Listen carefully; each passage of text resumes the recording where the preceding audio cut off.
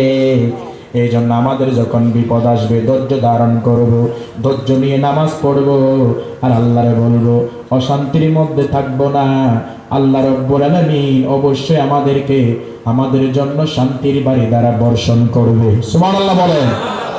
তাহলে এক নাম্বার গুণ, আল্লাহ যাদেরকে ভালোবাসে, ইন্নাল্লাহা ইউহিব্বুস সাবিরিন। ধৈর্য ধারণ করো, থামো, ধৈর্য ধারণ করো, হাউ হতাশ করিও না, ভেঙ্গে পড়িও না।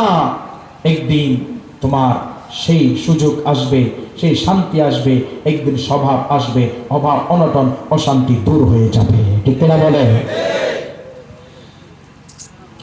কিছুদিন আগে সাতকানিয়ার একটা ঘটনা, যে বাচ্চা হচ্ছে না, 10 বছর পর্যন্ত বাচ্চা হয় নাই, 10 বছর পরে বাচ্চা হয়েছে একেবারে 5 থেকে 10টা। কয়টা হয়েছে আমার ঠিক জানা নাই, 5টা হয়েছে।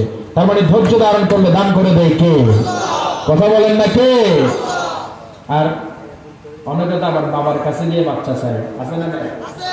ফিরে না কালি হাতে বাবারে তোর দরবারেতে, ঠিক কিনা? নাউজুবিল্লাহ বলেন না। কেউ ফিরে না কালি হাতে আল্লাহরে তোর দরবারেতে, ঠিক কিনা?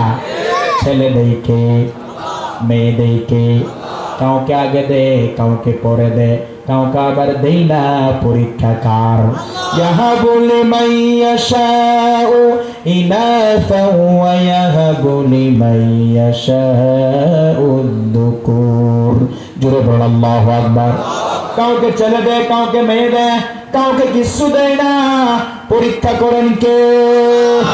যাকে দুনিয়াতে দেয় নাই তাকে জান্নাতে দিয়ে পরিপূর্ণ করবে, আর যাকে দুনিয়াতে দিয়েছে নিয়ামত পেয়ে যদি আল্লাহর বলা যায়, আল্লাহ বললেন ইয়া আইয়ুহাল্লাযীনা আমানু লা তুলহিকুম আমওয়ালুকুম ওয়ালা আওলাদুকুম আন যিকরিল্লাহ ওয়া মান ইয়াফআল যালিকা ফাউলাইকা হুমুল খাসিরুন।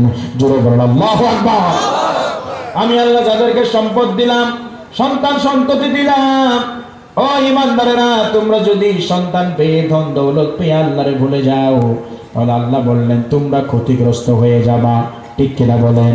তার মানে সবগুলা পরীক্ষা করার জন্য দেয় কে? ছেলে যদি না হয় চাইবেন কার কাছে? মেয়ে যদি না হয়, একজনে যাচ্ছে বাবার কাছে, কই কেন যাচ্ছ? আমার একটা ছেলে লাগবে। কি লাগবে? ছেলে সন্তান লাগবে।